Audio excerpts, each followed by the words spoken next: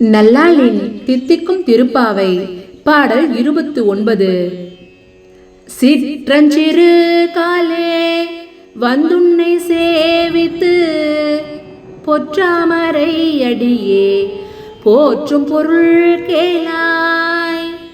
பெற்றமை துண்ணும் குளத்தில் பிறந்தும் நீ குற்றவள் எங்களை கொள்ளாமல் போகாது.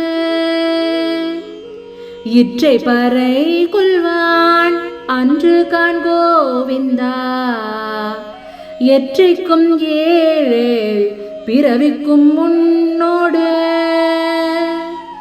உற்றோமேயாவோ உனக்கே நாம் செய்வோம். மற்றை நம் காமங்கள் மாற்றலோரெம்பவாய்.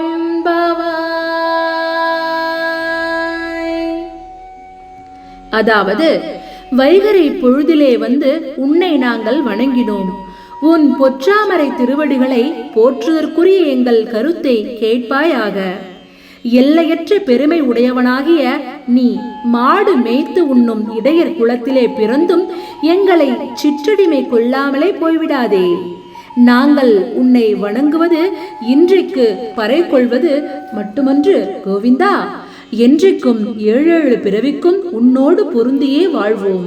உனக்கே நாங்கள் அடிமையாகி தொண்டுகளும் செய்வோம். எங்களுக்கு வேறு ஆசைகள் தோன்றுமானால் அவற்றை மாற்றி அருளவும் வேண்டும்.